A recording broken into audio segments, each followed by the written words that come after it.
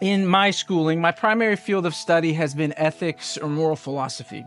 It is the study of what's good, how we make those determinations, how we order our lives to seek what is good, and what sorts of things we're obliged to do, not to do, and where all of those obligations come from, and many other things. The most interesting, though, part of my study that I've found is how people go about coming up with their systems of morality, how they come up with deciding what's right and wrong. Now, we have a lot of detailed systems that have been named, that are out there: utilitarianism, ethical egoism, Kantian duty ethics, virtue ethics, narrative ethics, etc.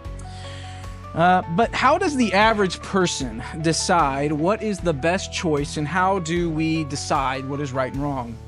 At first, you might think that maybe people out there, the way we do it is we sit down, we have a notebook, we write out our goals, we decide what's important to us, and then we develop our system.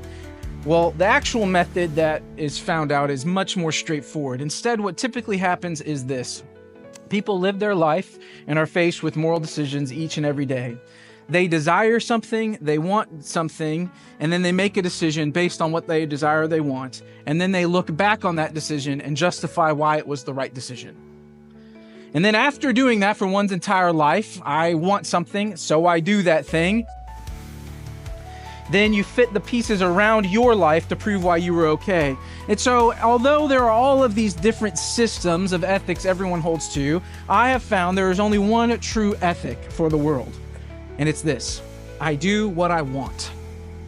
At the end of the day, you are going to do whatever it is you want to do. And the only way that we can break the cycle of justifying why we can hurt others is to have the right king on the throne.